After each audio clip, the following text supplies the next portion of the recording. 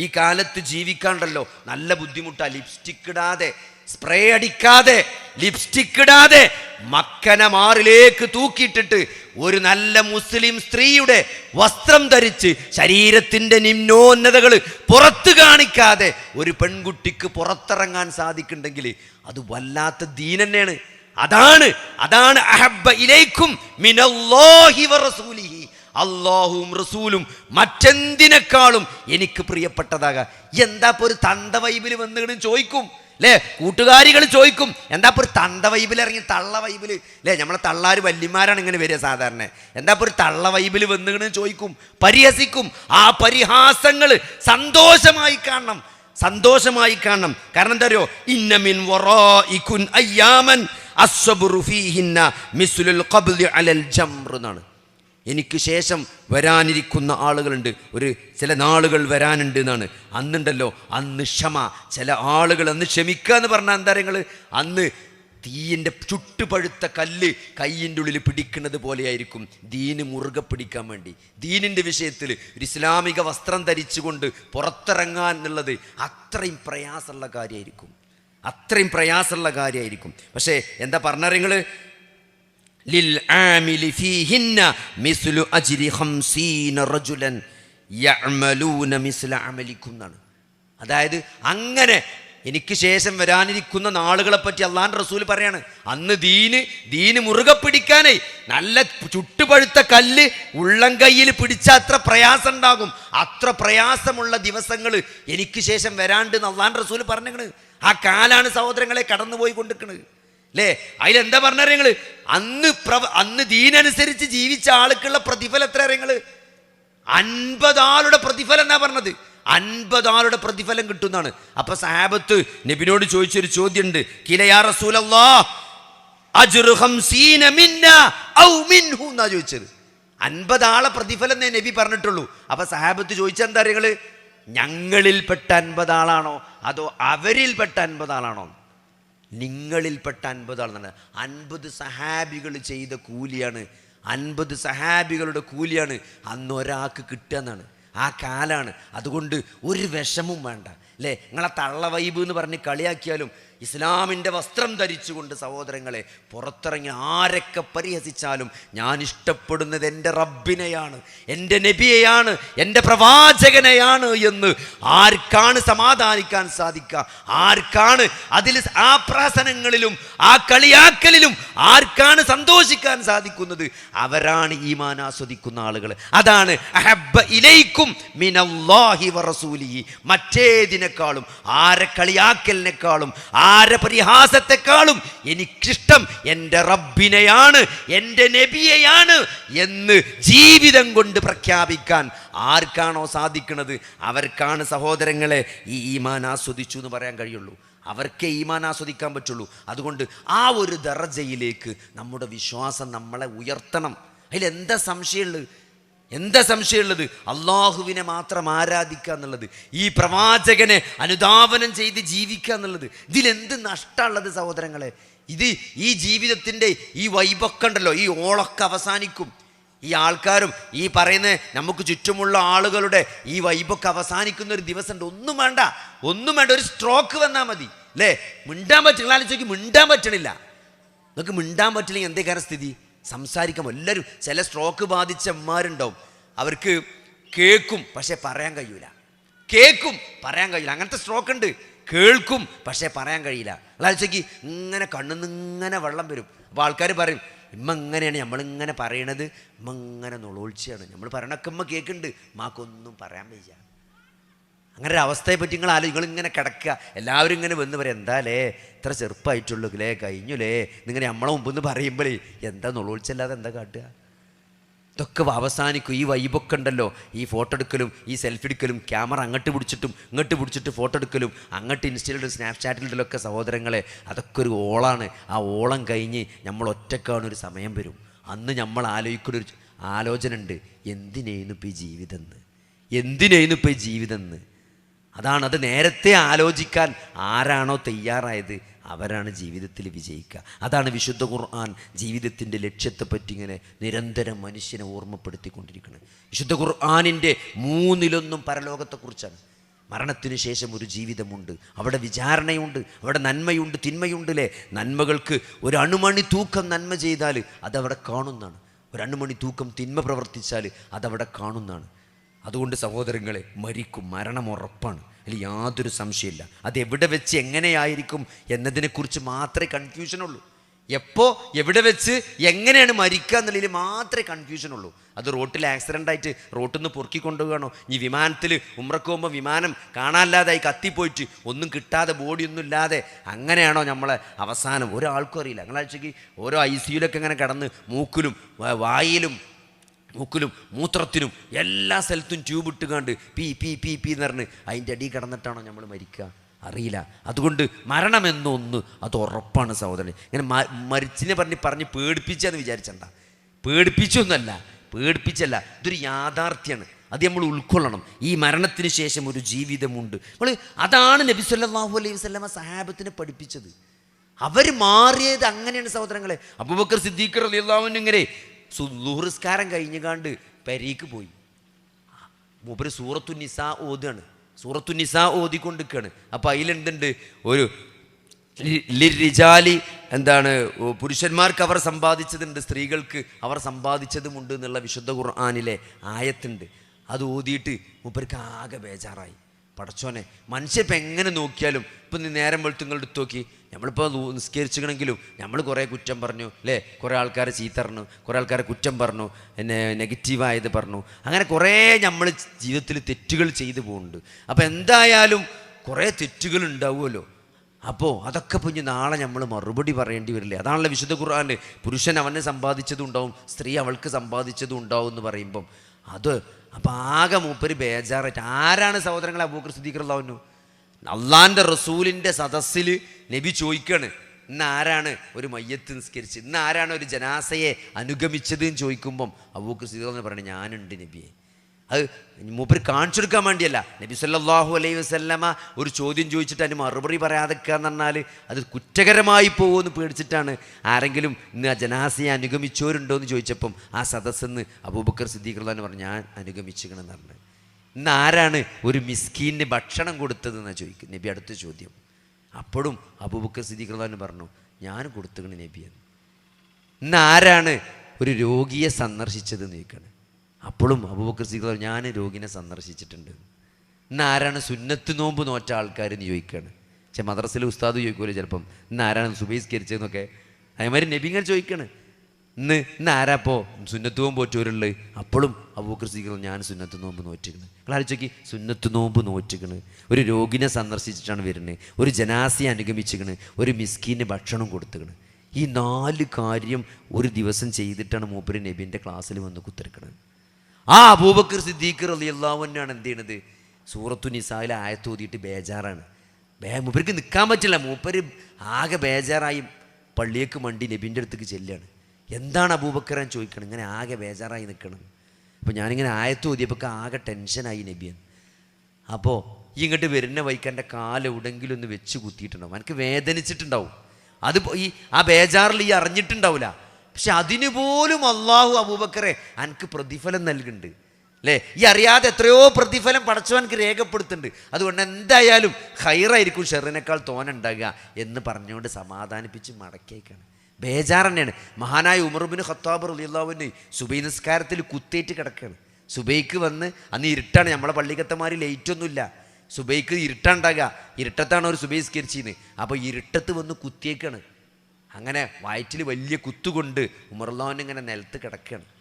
അപ്പോൾ ഇന്നത്തെ കാലത്ത് ആംബുലൻസും ആസ്പത്രിയൊന്നും ഇല്ല. അപ്പോൾ അതുകൊണ്ട് വൈദ്യനെ കൊണ്ടുവന്നൊക്കെയാണ്, വൈദ്യനെ ഇങ്ങോട്ട് കൊണ്ടുവന്നൊക്കെയാണ്. അങ്ങനെ വൈദ്യം അങ്ങനെ നോക്കിയിട്ട് ഒരു ഗ്ലാസ് വെള്ളം കുടിച്ചാൻ കൊടുത്ത്. ആർക്കും ഉമർ റളിയല്ലാഹു അൻഹു. നമ്മളൊക്കെ വെള്ളം കുടിച്ചാൻ കൊടുക്കാൻ പാടില്ല എന്നല്ല, ഓപ്പറേഷൻ ചെയ്യേണ്ടിയുണ്ട്. ഇവിടെ വെള്ളം കുടിപ്പിച്ചാണ്. എന്തിനാണ് നിങ്ങൾ ആ കുടിച്ച വെള്ളത്തിന് എന്താ സംഭവിക്കണമെന്ന് നോക്കാം. അപ്പോൾ ആ വെള്ളം ഉണ്ട് മുറിൻ്റെ ഉള്ളിലൂടെ അങ്ങനെ പുറത്തേക്കണ് വന്ന്, ഉമറുല്ലാഹിന് കുടിച്ച വെള്ളേ ഉമറുല്ലാഹിൻ്റെ മുറിവിലൂടെ അങ്ങനെ പുറത്തേക്കണ് വന്ന്. അപ്പോൾ വൈദ്യം പറഞ്ഞു, രക്ഷല്ല, ചികിത്സ അല്ല, കുടലോട്ടയിക്കണ്, മരണം ഉറപ്പാണ് പറഞ്ഞു. മരണം ഉറപ്പാണ്, കുടൽ മുറിഞ്ഞെടുക്കാണ്, തുന്നലൊന്നുമില്ലല്ലോ, മരണം ഉറപ്പാണെന്ന് പറഞ്ഞു. അങ്ങനെ ഉമറുല്ലാഹിന് ഇങ്ങനെ മണ്ണിൽ നിലത്ത് ഇങ്ങനെ കിടക്കുക. വസിയത്തുകളാണ് ഓരോരുത്തരും വിളിക്കുക, മക്കളെ വിളിക്കുന്നു, വസിയത്തുകൾ ഇങ്ങനെ ചെയ്തുകൊണ്ടിരിക്കുകയാണ്. അപ്പം നിലത്തിങ്ങനെ തല മണ്ണിലാണ് കിടക്കണ്. അപ്പോൾ മകൻ അബ്ദുല്ലാഹി ഇബ്നു ഉമറിന് ഭയങ്കര സങ്കടം, വാപ്പാൻ്റെ തല നിലത്ത് കിടക്കണുണ്ട്. അപ്പോൾ മൂപ്പര് എടുത്തുകാണ്ട് മടിക്ക് വെക്കാൻ നോക്കിയപ്പോൾ ഉമർ പറഞ്ഞു അതാ നിലത്തന്നെ കിടന്നോട്ടെ, ഉമറിൻ്റെ തല നിലത്തന്നെ കിടന്നോട്ടെ. ഇവിടെ എന്താരോ മുർദാന് കരയാണ്. അപ്പം മകൻ ചോദിക്കണ്ട്, മകൻ അബ്ദുല്ലാഹി ഇബ്നു ഉമർ പറയാണ് എന്തിനാണ് വാപ്പാങ്ങൾ നുളോളിച്ചത്? ഉമറും ഫിൽ ജന്ന എന്ന് അള്ളാന്റെ റസൂല് പറഞ്ഞത് ഞാൻ കേട്ടിട്ടുണ്ട്. ഉമർ സ്വർഗത്തിലാണ് എന്ന് റസൂല് പറഞ്ഞത് ഞാൻ കേട്ടിട്ടുണ്ട്. ആ ഉമർ എന്തിനാണ് കരയണെന്നാ ചോദിക്കണേ. അതിന് പറഞ്ഞൊരു മറുപടി എന്താറിയോ? അതെ, ഉമർ ആ പറഞ്ഞ സന്ദർഭത്തിൽ, അള്ളാഹുവിൻ്റെ റസൂല് ജീവിച്ചിരിക്കുന്ന സന്ദർഭത്തിൽ, ഉമറും ഫിൽ ജന്ന എന്ന് അള്ളാന്റെ റസൂല് പറഞ്ഞ കാലഘട്ടത്തിൽ ഉമർ മരിക്കുകയാണെങ്കിൽ ഉമർ സ്വർഗത്ത് പോവും.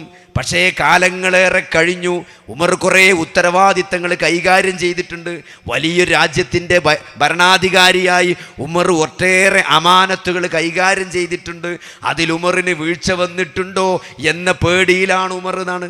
ആരാണ് സഹോദരങ്ങളെ ഉമർ? നിങ്ങൾക്കറിയോ, സ്വന്തം പെൺകുട്ടിയെ ജനിച്ച് വീണത് പെൺകുട്ടിയാണെങ്കിൽ കുഴിച്ചു മൂടണം എന്നാണ് ജാഹിലിയത്തിൽ അറബികളുടെ സമ്പ്രദായം. പെൺകുട്ടി ജനിച്ചാൽ അതിനെ വളർത്താൻ പാടില്ല, അതിനെ ജീവനോടെ കുഴിച്ചു മൂടണം. അതൊന്നും കഥല്ല, ഇതൊക്കെ സത്യമാണ്, വിശുദ്ധ ഖുർആൻ പറഞ്ഞ കാര്യമാണ്. ജീവനോടെ കുടിച്ചു മൂടുക പെൺകുട്ടികളെ. ഉമർലാന് പറയുന്നുണ്ട്, ഉമർലാന് ചെറിയൊരു പെൺകുട്ടി ഉണ്ടായിരുന്നു, ഒരു പെൺകുട്ടി ജനിച്ചു, അതിനെ കുഴിച്ചു മൂടാൻ വേണ്ടി കൊണ്ടുപോവുകയാണ്. അങ്ങനെ ഉമർലാൻ ഇങ്ങനെ കുഴി കുത്തുകയാണ്. കുത്തുമ്പോൾ മണ്ണ് താടിമക്ക് ഇങ്ങനെ തെറിച്ചപ്പോഴേ ആ കുട്ടി മണ്ണിങ്ങനെ തട്ടിക്കൊടുക്കുകയാണ്. ആ കുട്ടീനെ കുഴിച്ചാലുള്ള കുഴി കുത്തുമ്പോൾ ആ കുട്ടി താടിമത്തെ മണ്ണ് തട്ടിക്കൊടുക്കുക. അങ്ങനെ ആ കുട്ടീനെ കുഴിച്ചിട്ട് പോകുന്നതാണ് ഉമർ അല്ലേ. എന്തുകൊണ്ട്? കുഴിച്ചിടാതെ ചെന്നാൽ നാട്ടുകാർ പറയും ഉമർ ഭീരുവാണെന്ന് പറയും, ഉമർ ഭീരുവാണെന്ന് പറയും. അത് പേടിച്ചിട്ട് ആ ഉമറാണ് സഹോദരങ്ങളെ യൂഫ്രട്ടീസിന്റെ തീരത്ത് ഒരു നാക്കാലി പട്ടിണി കിടന്നാൽ അതിൽ ഉമർ ചോദ്യം ചെയ്യപ്പെടും എന്ന നീതിബോധത്തിൽ ആ മനുഷ്യനെ എത്തിച്ചത് എന്താ പറയുക? അള്ളാഹുവിൻ്റെ റസൂലിൻ്റെ അധ്യാപനങ്ങളാണ്, അള്ളാന്റെ റസൂലിൻ്റെ ഖുർആനാണ്, അള്ളാന്റെ റസൂല് ഓതിക്കൊടുത്ത ഖുർആനിലെ ആയത്തുകളാണ്, അള്ളാഹുവിൻ്റെ റസൂലിൻ്റെ ജീവിതമാണ്. ഇതാണ് ഇവരെ മാറ്റിമറിച്ചത്, അതാണ് അവരെ മാറ്റിമറിച്ചത്. അവർക്ക് അങ്ങനെ ഒരു കാഴ്ചപ്പാട് കൊടുത്തത് അതാണ്. അത്രയും മോശമായി ജീവിച്ച ആളുകളെ അത്രയും വലിയ ഏറ്റവും സംസ്കാരത്തിൻ്റെ ഉത്തുംഗതയിലേക്ക് അവരെ കൊണ്ടെന്നെത്തിച്ചത് ഈ അല്ലാഹുവിൻ്റെ റസൂലിൻ്റെ 23 വർഷത്തെ വിശുദ്ധ ഖുർആനിൻ്റെ പാഠങ്ങളാണ് സഹോദരങ്ങളെ. അബ്ദുല്ലാഹി ഇബ്നു അംർ ഇബ്നു ആസ് മരിക്കാൻ കിടക്കുകയാണ്, ചെരിഞ്ഞ് കിടന്ന് ചുമരുമ്മക്ക് നോക്കി കരയാണ്. ആരാണ് അബ്ദുല്ലാഹി ഇബ്നു അംർ ഇബ്നു ആസ്? ഹദീസിന്റെ വിഷയത്തിൽ 5 അബ്ദുള്ളമാരിൽ ഒരാളായ അബ്ദുല്ലാഹി ഇബ്നു അബ്ബാസ്, അബ്ദുല്ലാഹി ഇബ്നു ഉമർ, അങ്ങനെ അബ്ദുല്ലാഹി ഇബ്നു അംർ ഇബ്നു ആസ്. നമ്മൾ കേട്ടാണ് ഈ 5 അബ്ദുള്ളമാരിൽ ഒരാളാണ് ആര്? അബ്ദുല്ലാഹി ഇബ്നു അംർ ഇബ്നു ആസ്. അദ്ദേഹം മരിക്കാൻ നേരത്ത് ചുമരിന്റെ ഭാഗത്തേക്ക് ചെരിഞ്ഞടന്ന് ഇങ്ങനെ കരയാണ്. മകൻ വന്നിട്ട് എന്തിനാണ് വാപ്പാങ്ങൾ കരയണത് അല്ലേ? അള്ളാന്റെ റസൂലിൻ്റെ കൂടെ യുദ്ധം ചെയ്ത് ഷാമ് ജയിച്ചടക്കിയ മനുഷ്യനല്ലേ നിങ്ങൾ എന്തിനാണ് കരയണത്? നിങ്ങൾ സ്വർഗത്തിലല്ലേ, നിങ്ങൾ എന്തിനാണ് ബേജാറാണ് ചോദിച്ചത്. അപ്പം അദ്ദേഹം പറയാണ് മകനോട്, മകനെ എനിക്ക് ജീവിതത്തിൽ 3 ഘട്ടങ്ങൾ കഴിഞ്ഞു പോയിട്ടുണ്ട്. ഒന്നെൻ്റെ ജാഹിലിയ കാലഘട്ടമാണ്. അള്ളാഹുവിൻ്റെ റസൂലിനെതിരെ ഞാൻ യുദ്ധം ചെയ്തൊരു ഘട്ടമുണ്ട്. ഉഹുദിൽ ഞാൻ നബിക്കെതിരെ യുദ്ധം ചെയ്തിട്ടുണ്ട്. അന്നെങ്ങാനും ഞാൻ മരിച്ചു പോയാൽ ഞാൻ കാഫിറായി പോകുമായിരുന്നു. അതിനുശേഷം ഞാൻ മുസ്ലിമായി അള്ളാഹുവിൻ്റെ റസൂലിൻ്റെ കൂടെ ഞാൻ യുദ്ധം ചെയ്തിട്ടുണ്ട്. ഷാമ് ഞാൻ പിടിച്ചടക്കിയിട്ടുണ്ട്. അന്നെങ്ങാനും ഞാൻ മരിച്ചിരുന്നെങ്കിൽ ഞാൻ സ്വർഗത്തിലാകുമായിരുന്നു. എന്നാൽ അതിനുശേഷം കുറേ കാലഘട്ടം കഴിഞ്ഞു പോയിട്ടുണ്ട്. ഒട്ടേറെ അമാനത്തുകൾ ഞാൻ കൈകാര്യം ചെയ്തിട്ടുണ്ട്. അതിൻ്റെ വിഷയത്തിൽ എനിക്ക് പേടിയുണ്ട്. അതിൽ വീഴ്ച വന്നിട്ടുണ്ടോ എന്നെനിക്ക് ബേജാറുണ്ട്. അതുകൊണ്ടാണ് ഞാൻ കരയുന്നത്. നിങ്ങൾ ആലോചിച്ച് നോക്കി, ആ ഒരു നിലവാരത്തിലേക്ക് അവരെത്തിച്ചത് എന്താണ്? നമ്മളിപ്പോൾ എന്താ പറയുക, നമ്മൾ 5 നേരം നിസ്കരിച്ചിട്ടുണ്ട്, വലിയ കുഴപ്പമൊന്നുമില്ല. ഈ നാട്ടിലിപ്പോൾ സ്വർഗത്ത് പോണ ലിസ്റ്റ് ഉണ്ടാക്കിയാൽ ഞാൻ തന്നെ ഇക്കാരപ്പോൾ അതിലുണ്ട്. കാരണം 5 നേരം പള്ളിക്ക് പോകുന്നുണ്ട്, സക്കാത്ത് കൊടുക്കുന്നുണ്ട്, വയലിനൊക്കെ പോകുന്നുണ്ട്, അത്യാവശ്യം ഇപ്പോൾ നല്ലൊരു ദീനൊക്കെ ഉള്ള ആൾ ഞാൻ തന്നെയാണ്. ഇതാണ് നമ്മളൊരു വിചാരം അല്ലേ. ഇപ്പം ഇവിടെ ഇപ്പോൾ ഒരു ലിസ്റ്റ് എടുത്താൽ ഇപ്പോൾ അതിലൊക്കെ ഇപ്പോൾ നമ്മൾ ഉണ്ടാവുമല്ലോ. ഈ ഉച്ചാരക്കട ഒന്ന് സ്വർഗത്ത് പോകുന്ന ആൾക്കാരുടെ ലിസ്റ്റിൽ അത് നമ്മൾ ഉണ്ടാവില്ലേ? സഹോദരങ്ങളെ, അങ്ങനെയാണ് നമ്മൾ വിചാരിച്ചത്. അവരങ്ങനെയല്ല വിചാരിച്ചത്. അവർക്ക് പേടിയായിരുന്നു, അവർക്ക് ബേജാറായിരുന്നു, കർമ്മങ്ങൾ സ്വീകരിക്കപ്പെടൂലേന്ന്, അമാനത്തുകളിൽ വീഴ്ച വന്നിട്ടുണ്ടോ എന്നുള്ളത്. ആ ഒരു മാനസിക നിലവാരത്തിലേക്ക് അവരെ കൊണ്ടുചെന്ന് എത്തിച്ചത് എന്താ നിങ്ങൾ? വിശുദ്ധ ഖുർആനാണ്. ഇമാം മാലിക് പറഞ്ഞൊരു വാക്കുണ്ട്, എന്താണ്?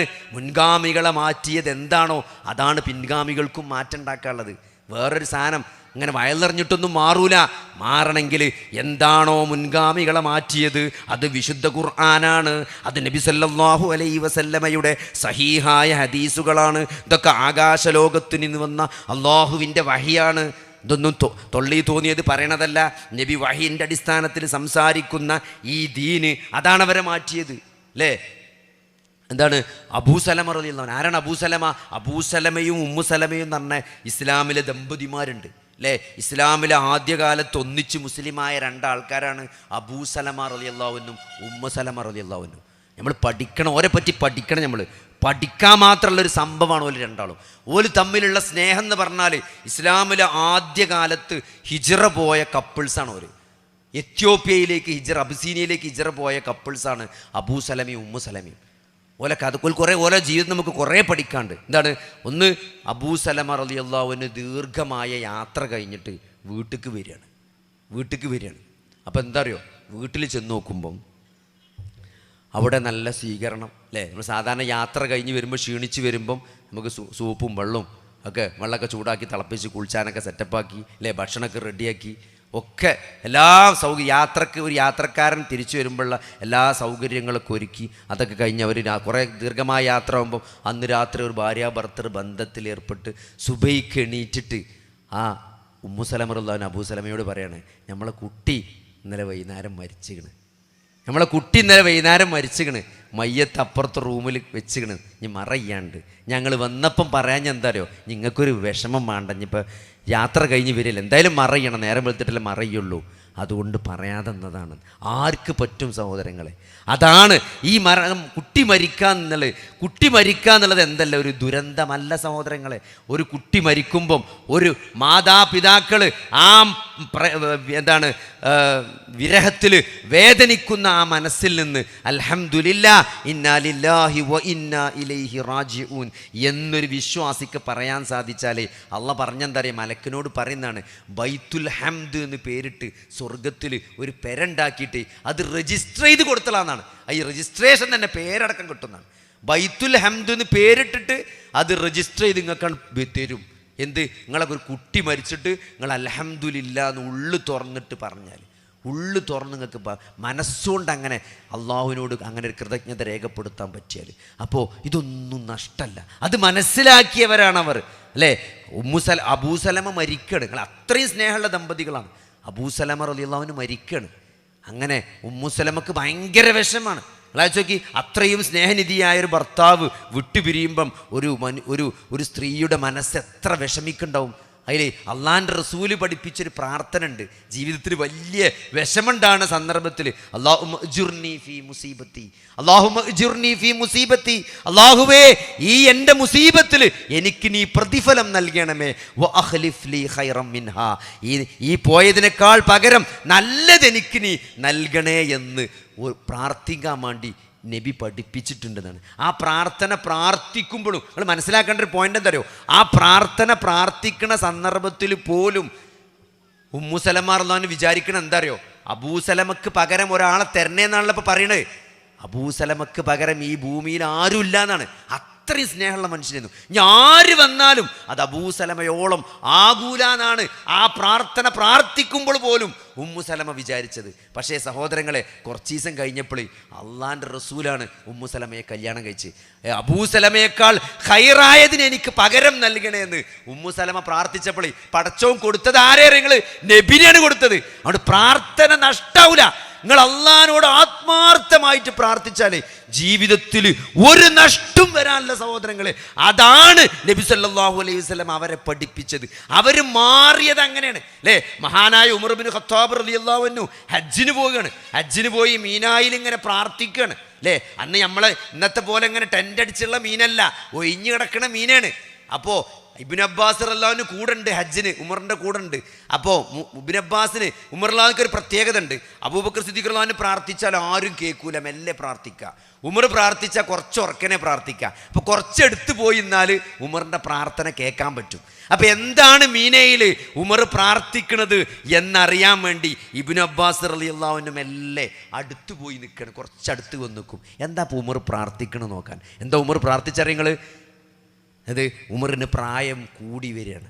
ഉമറിന് പ്രായം കൂടി വരികയാണ്, ഇസ്ലാമിക രാഷ്ട്രം വിശാലമായി വരികയാണ്, അമാനത്തുകൾ വർദ്ധിച്ച് വരികയാണ്. അതുകൊണ്ട് ഉമറിനെ കൊണ്ട് താങ്ങാൻ പറ്റാതായിട്ടുണ്ട്.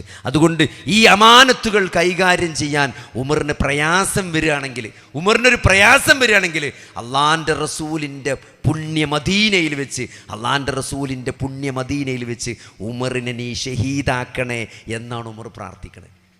എന്ത് ഈ അമാനത്തുകളൊക്കെ കൈകാര്യം ചെയ്യാൻ ഉമറിന് പ്രയാസമായിട്ട് വരികയാണെങ്കിൽ ഉമറിനെ ഈ മദീനത്ത് ഷഹീദാക്കണേന്ന് നിങ്ങൾ ആലോചിക്കുക. ഇബ്നു അബ്ബാസ് റളിയല്ലാഹു അൻഹു ആ പ്രാർത്ഥന കേട്ടിട്ട് വിചാരിക്കണ എന്താ നിങ്ങൾ, എങ്ങനെ ഇപ്പം ഈ പ്രാർത്ഥന നടക്കുക എന്നാണ്. കാരണം പ്രാർത്ഥിച്ചത് ഉമറാണ്, ഉത്തരം ഉണ്ടാവുന്ന ഉറപ്പാണ്. പക്ഷെ എങ്ങനെയാണ് ഉത്തരം കിട്ടുക? മദീനയിൽ അന്ന് ഇസ്ലാമിക രാഷ്ട്രം എന്ന് പറഞ്ഞാൽ ഏറ്റവും സുശക്തമായി നിൽക്കുകയാണ്. ആ ഇസ്ലാമിക രാഷ്ട്രത്തിൻ്റെ ഹെഡായ മദീനയിൽ വന്നിട്ട് ഒരാൾ ഉമറിനെ കൊല്ലണമെന്നുണ്ടെങ്കിൽ അത് നടക്കൂല. കാരണം ഒരു സൈന്യം മദീനയിൽ വരാൻ മാത്രം അയൽ രാജ്യങ്ങളിൽ ഒരു സൈന്യമല്ലപ്പോ. ഒരു സൈന്യം മദീനത്തേക്ക് കയറി ഉമറിനെ കൊല്ലണ്ടേ? നടക്കൂല. പിന്നെ എങ്ങനെ ഉമർ മരിക്കുക എന്നാണ്. ഉമർ മരിക്കണമെന്ന് കാണണമല്ലോ എന്നാണ് ഇബ്നു അബ്ബാസ് റളിയല്ലാഹു അൻഹു വിചാരിക്കണത്. സഹോദരങ്ങളെ, 2 ആഴ്ച കഴിഞ്ഞപ്പോഴാണ് സുബഹി നിസ്കാരത്തിൽ കുത്തേറ്റ് ഉമർ റളിയല്ലാഹു അൻഹു മരിക്കണത്. അതുകൊണ്ട് ആ വിശ്വാസിയുടെ പ്രാർത്ഥന ഉണ്ടല്ലോ, അതിന് ഉത്തരം ഉണ്ടാവും. അതാണ് സഹാബത്തിൻ്റെ ചരിത്രം നമ്മളെ പഠിപ്പിക്കും. അവർക്ക് ഉത്തരം കിട്ടിയെന്നു സഹോദരങ്ങളെ. എന്തേ ഞമ്മക്ക് കിട്ടാത്തത്? നമ്മൾ പരലോകത്തെ അങ്ങനെ കാണുന്നില്ല. മരണത്തിന് ശേഷം ഒരു ജീവിതമുണ്ട് അല്ലേ? കഴിഞ്ഞ ദിവസം മദീന സന്ദർശിച്ചപ്പോഴേ അവിടെ അങ്ങനെ കാർപ്പറ്റ് ഇല്ലാത്തൊരു സ്ഥലമുണ്ട്. അപ്പോൾ എന്നോട് എൻ്റെ സുഹൃത്തുണ്ട്, മദീനി പഠിക്കണ സുഹൃത്ത്, മൂപ്പര് പറഞ്ഞു ഇത് ബൈറൂഹ തോട്ടം നിന്നിരുന്ന സ്ഥലമാണ്. അവിടെ ഒരു കിണറുണ്ടായിരുന്നു, ആ കിണർ നിന്ന സ്ഥലമാണിത്. ഏതാണ് സഹോദരങ്ങളെ ബൈറൂഹ തോട്ടം? ലൻ തനാലുൽ ബിർറ എന്ന് പറഞ്ഞ സൂറത്ത് ആയത്തുണ്ടല്ലോ, ലൻ തനാലുൽ ബിർറ എന്ന് പറഞ്ഞ ആയത്തുണ്ടല്ലോ. ആ ആയത്തിൽ അള്ളാഹ് പറയാണ്, നിങ്ങൾക്ക് ഇഷ്ടപ്പെട്ടത് അള്ളാഹുവിൻ്റെ മാർഗത്തിൽ ചെലവഴിക്കുന്നത് വരെ നിങ്ങൾ വിശ്വാസികളാകുകയില്ല എന്ന് ആയത്തിറങ്ങിയപ്പോൾ സഹോദരങ്ങളെ, അബൂ ദർദാ റളിയല്ലാഹു അൻഹു തൻ്റെ ഏറ്റവും പ്രിയപ്പെട്ട മദീന പള്ളിയോട് ചേർന്ന് നിൽക്കുന്ന ബൈറൂഹ തോട്ടമുണ്ട്. നിറച്ച് ഈത്തപ്പനയാണ്, നല്ല വെള്ളമുള്ള കിണറാണ്, നല്ല തണുപ്പാണ്. സഹാബത്ത് പള്ളിയിൽ നിന്ന് നബിയും സഹാബത്തൊക്കെ ഇടയ്ക്ക് അതിൻ്റെ ചോട്ടിൽ പോയി ഇരിക്കുന്നതാണ്. അങ്ങനെ ഒരു പാർക്ക് മാറിത്ത സ്ഥലമാണ്. ആ തോട്ടം അള്ളാൻ്റെ മാർഗത്തിലാണ് കൊടുക്കണം, നബിക്കാണ് കൊടുത്തേക്കാണ്, ദീനിക്കാണ് കൊടുത്തേക്കാണ്. എന്ത്? ഈ ആയത്തിറങ്ങിയപ്പം നിങ്ങൾക്ക് ഇഷ്ടപ്പെട്ടത് നിങ്ങൾ അള്ളാഹുവിൻ്റെ മാർഗത്തിൽ ചെലവഴിക്കുന്നത് വരെ നിങ്ങൾ വിശ്വാസികളാവുകയില്ല എന്ന് പറഞ്ഞപ്പോൾ നമുക്ക് എന്താ സ്ഥിതി അല്ലേ? ചാരക്കടവിൽ ഈ റോഡ് സൈഡിൽ 5 സെൻറ്റ് സ്ഥലമുണ്ട്, നിങ്ങൾ കൊടുക്കോ സഹോദരങ്ങളെ പള്ളിയേക്ക്? നമ്മൾ എന്തൊക്കെ കൊടുക്കാൻ പറ്റാതെക്കാം, എന്തൊക്കെ കാരണമുണ്ടോ അതൊക്കെ പറയും. അത് ഇൻ്റെതല്ല, എൻ്റെ പെണ്ണുങ്ങൾ അമ്മോൻ്റെവും കൂടിയാണ്. എന്നാൽ അവന് കൊടുക്കണ്ടല്ലോ അല്ലേ? നമ്മൾ പള്ളിയൊക്കെ സ്ഥലം ചോദിച്ചാൽ പറയുന്നല്ലോ, ആ സ്ഥലത്ത് നിന്ന് ഇപ്പം എങ്ങനെ തരും? അതിപ്പോൾ എനിക്ക് താല്പര്യമുണ്ട് തരാം, പക്ഷെ എന്താ പറയുക, അത് ഞാൻ എൻ്റെ മാത്രമല്ല, എൻ്റെയും പെണ്ണുങ്ങൾ അമ്മോൻ്റെയും കൂടിയാണ്. മോന് നമ്മൾ താല്പര്യമില്ലാത്ത ആളാണ്, അതുകൊണ്ട് തരൂല. സഹോദരങ്ങൾ, ഇതൊക്കെയാണ് നമ്മൾ ഇത് ആയത്തിറങ്ങിയപ്പോൾ കൊടുക്കുകയാണ്. അതാണ് അവരുടെ മനസ്സ് അല്ലേ? അതാണ് അവരുടെ മനസ്സ്. നബി സല്ലല്ലാഹു അലൈഹി വസല്ലമ ഒരു അതിഥി വീട്ടിൽ വരികയാണ് അല്ലേ? ഒരു അതിഥി പള്ളിയിൽ വരികയാണ്. അപ്പോൾ അയാൾക്ക് ഒരു താമസം അറേഞ്ച് ചെയ്ത് കൊടുക്കണം. ആര് കൊണ്ടുപോകുന്നതാണ്? അപ്പോൾ നബി സല്ലല്ലാഹു അലൈഹി വസല്ലം അങ്ങനെ ചോദിച്ചു, ഇന്നിപ്പോൾ ആരാ ഇയാളെ വീട്ടിൽ കൊണ്ടുപോയി സൽക്കരിക്കുക? അബൂ അയ്യൂബുൽ അൻസാരി റളിയല്ലാഹു അൻഹു പള്ളിക്ക് നിൽക്കുന്ന ആ മൂപ്പരുന്ന ഒരു ഗസ്റ്റ് ഉണ്ട് നമുക്ക്.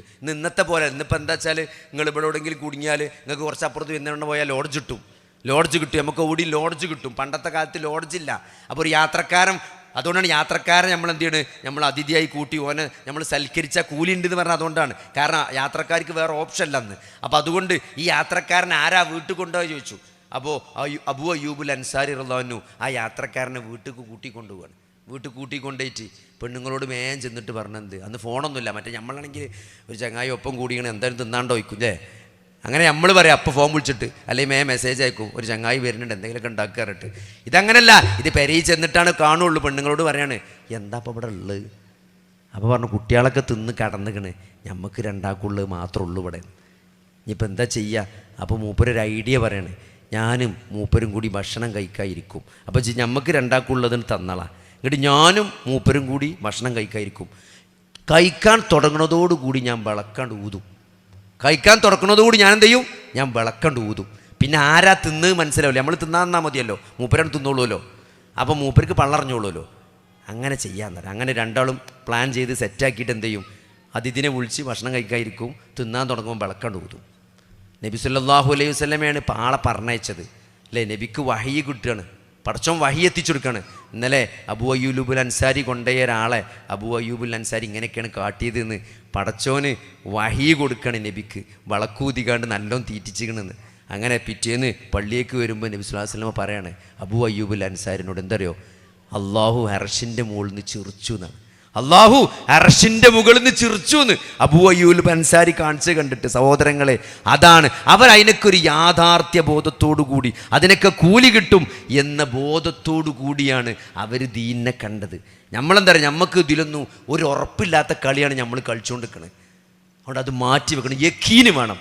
വഹും ബിൽ ആഖിറതി യൂഖിനൂൻ എന്നാണ് അല്ലേ. ആരാണ് വിശ്വാസികൾ എന്ന് പറഞ്ഞുകൊടുത്ത് വിശുദ്ധ ഖുർആൻ സൂറത്തു ബഖറയിൽ എന്താണ് വിശുദ്ധ ഖുർആൻ, അല്ലദീന യുഅ്മിനൂന ബിൽ ഗൈബി വയുഖീമൂനസ് സ്വലാത്ത വമിമ്മാ റസഖ്നാഹും യുൻഫിഖൂൻ അല്ലേ. വല്ലദീന യുഅ്മിനൂന ബിമാ ഉൻസില ഇലൈക വമാ ഉൻസില മിൻ ഖബ്ലിക വബിൽ ആഖിറതി ഹും യൂഖിനൂൻ. അവർ പരലോകത്തിൽ ദൃഢമായി വിശ്വസിച്ചിരുന്നു. ആ യഖീൻ എന്താ സഹോദരങ്ങളെ നമുക്കില്ലാതെ പോയത്? നമ്മൾ ഫുൾ അഡ്ജസ്റ്റ്മെൻറ്റിന് ദീനായിട്ടാണ് നമ്മൾ നടക്കുന്നത്. അതുകൊണ്ട് അതൊന്നും മാറ്റിവെച്ച് പരലോകത്ത് ദൃഢമായി വിശ്വസിച്ചുകൊണ്ട് നമ്മൾ ജീവിക്കാൻ തയ്യാറാകണം. നോമ്പ് വരാൻ പോവാണ്, അവസാനിപ്പിക്കുകയാണ്. നോമ്പിനെ പറ്റി നമ്മൾ മനസ്സിലാക്കേണ്ടത്, നോമ്പ് എന്ന് പറഞ്ഞാൽ അള്ളാഹുവിലേക്കുള്ള ഈ യാത്രയിലെ അള്ളാഹുവിൻ്റെ വലിയൊരു ഓഫറാണ് നോമ്പ്. നിങ്ങൾ ആലോചിച്ച് നോക്കി, അള്ളാഹു തൻ്റെ അടിമയോട് കാണിച്ച കാരുണ്യങ്ങളിൽ വെച്ച് ഒരുപക്ഷെ ഏറ്റവും വലിയൊരു കാരുണ്യമായിരിക്കും ഈ നോമ്പ് എന്നുള്ളത്. കാരണം സ്വർഗത്തിൻ്റെ വാതിലുകൾ മുഴുവൻ തുറന്നിട്ടേക്ക, നരകത്തിൻ്റെ വാതിലുകൾ അടച്ചേക്ക, പിശാചിനെ ബന്ധിച്ചേക്ക, നന്മകൾക്ക് 1000 പ്രതിഫലങ്ങൾ വെറുതെ കൊടുക്കുക. ഇതിനേക്കാളേറെ എന്താണ് സഹോദരങ്ങളെ അല്ലേ? ഇതിനേക്കാളേറെ എന്താണ് അല്ലേ? മിമ്പറമെന്ന് അള്ളാന്റെ റസൂൽ ഇങ്ങനെ പ്രസംഗിക്കുകയാണ്. മിമ്പറും ആളുകളൊക്കെ സഹാബത്തൊക്കെ ഇങ്ങനെ സാഗൂതം ഇരിക്കുകയാണ്. എന്താണ് നബി പറയുന്നതെന്ന് ഇങ്ങനെ ശ്രദ്ധിച്ച് ജീവിതത്തിൽ പകർത്താൻ വേണ്ടി തയ്യാറായി നിൽക്കുകയാണ്. നബി സല്ലല്ലാഹു അലൈഹി വസല്ലം മുണ്ടണില്ല, ഒരു സൈലൻസ് ആണ്. ആകെ കേട്ടത് എന്താ അറിയോ? ആമീൻ ആമീൻ ആമീൻ. 3 ആമീൻ ആ പുറത്തേക്ക് കേട്ടുള്ളൂ.